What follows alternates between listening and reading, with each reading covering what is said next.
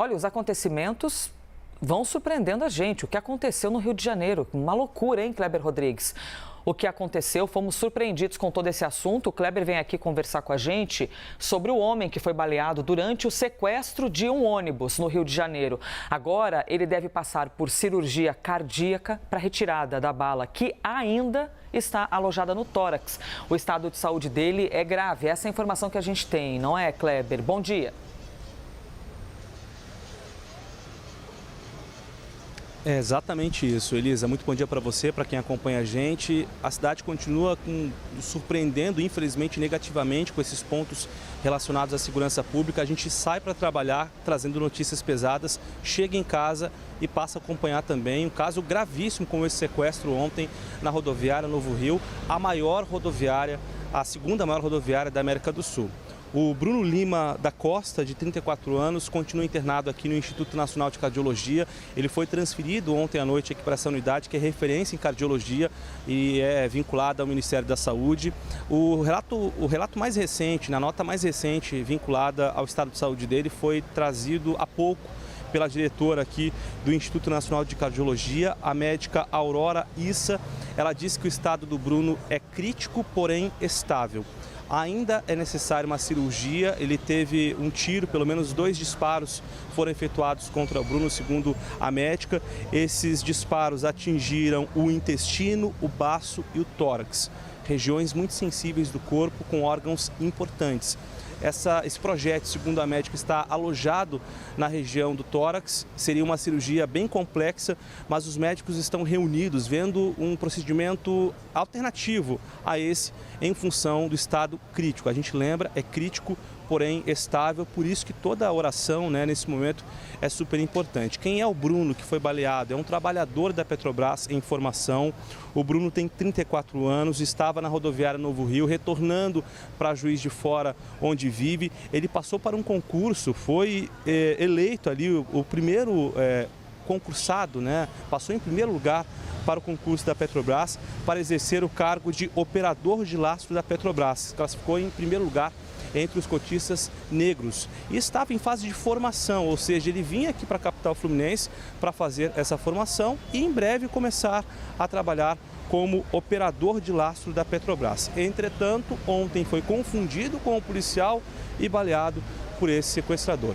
Mas daqui a pouquinho eu vou continuar falando sobre esse caso. Agora a gente vai acompanhar uma entrevista da doutora Aurora Issa, diretora do Instituto Nacional de Cardiologia, que passou aqui para a imprensa a atualização sobre o estado de saúde do paciente. Vamos acompanhar. Uma situação péssima, tão ruim, mais de um paciente que é rígido e jovem, É um quadro que provavelmente é um paciente idoso e com outras doenças crônicas não teria a estabilidade que ele tem no momento. O estado do Bruno é um estado crítico, mas que está estável nesse momento. É crítico a ponto dele estar num ambiente de terapia intensiva e sendo avaliada a necessidade de novos procedimentos. É uma cirurgia que pode ser ou não uma cirurgia aberta, maior, mas eventualmente ele pode passar por um procedimento menos invasivo. É isso que a equipe está avaliando. Tem aí, então, as palavras dessa médica, Kleber Rodrigues, o olhar médico da saúde dessa pessoa que ainda está internada. Kleber, o que nós sabemos até este momento sobre o sequestrador, informações sobre ele? Foi um momento de um pavor imenso das pessoas que estavam em volta. A segurança pública ou insegurança pública do Rio de Janeiro já é algo sabido, nós estamos habituados a noticiar, infelizmente. Imagina o desespero para quem mora na cidade. O que nós sabemos, Kleber, sobre o sequestrador?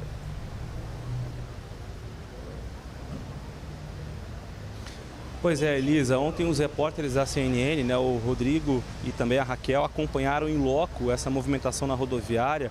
E aí o que os passageiros descreveram aos repórteres é que foi uma cena de terror, uma cena de filme na vida real. E aí a polícia já conseguiu identificar esse criminoso. Ele foi preso depois de mais de 3 horas de negociações feitas por homens do BOPE, que é ligado à Polícia Militar do Rio de Janeiro. Ele foi identificado como Paulo Sérgio Lima. Ele se entregou à polícia depois dessa negociação e aí na delegacia a polícia fez um levantamento da ficha dele.